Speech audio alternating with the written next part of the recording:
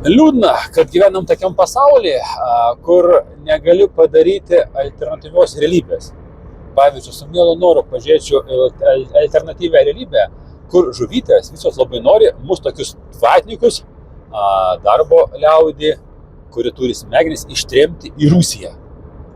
Būtų labai įdomu pažiūrėti, kiek prasilaikytų žuvytės, jeigu nebūtų vatnikų, jeigu nebūtų žmonių, kurie mąsto, nebūtų žmonių, kurie dirba fizinį darbą.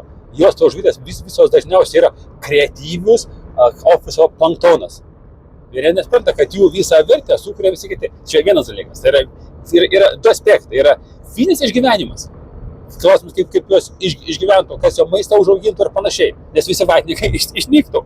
Nebūtų nei kam maistą auginti, nebūtų kam tikrai kasose, jeigu vatnikų nebus, tai tiek to yra šitos kasos automatinės. O kas prekes išdėlios prekybos centruose? Kas dališki prekybos centro mėlėjai, tie, kuriuos norit visus išsiųsti vatnikus? Tai esmės vatnikai tai yra kaip Amerikoje rednekai. Tie žmonės, kurie savo fiziniu darbu uždirba pinigus. Vienas dalykas. Antras dalykas.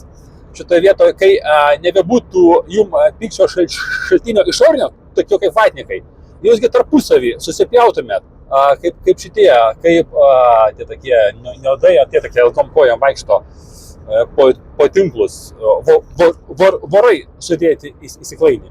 Netikit, pažiūrėkit, kaip LGBT visuomenė pjaunasi pasaulį.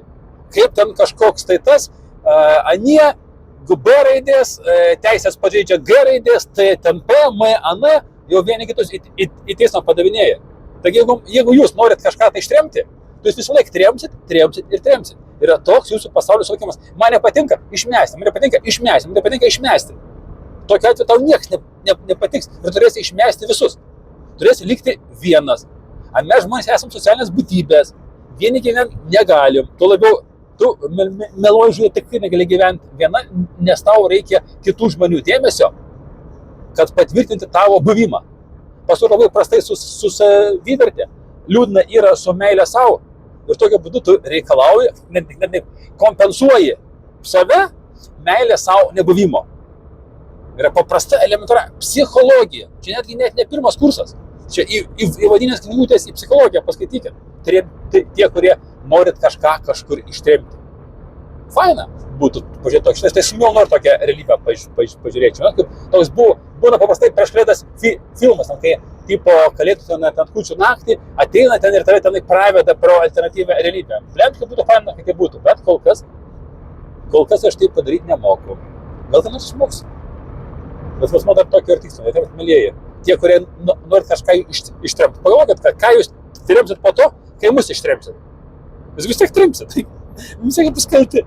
Jūs neprisiimat savo atsakomybės. Tie, kas nori kažką tai ištremti, nušauti, dar kažką daryti, tai reiškia, jūs neprisiimat atsakomybės už savo gyvenimą. Tai reiškia, jūs dar ir likot vaikais, nesvarbu, 30, 20, 50 metų, 70. Reiškia, jūs dar esat vaikas, nes aplink visi kalti vatnikai, kaltas Putinas ir tik tu vienas šventas. Tai šita, manau, tokia optimistinė gaida, kad mane žiūri tik tai vien šventų žuvyčių to atstovai, galima ir baigti. Bet tokia atveju, tu nuostabus vien dėl to, kad tu esi. Bet tavęs gyvenimas būtų kitoks. Nei geresnis, nei blogesnis, bet kitoks.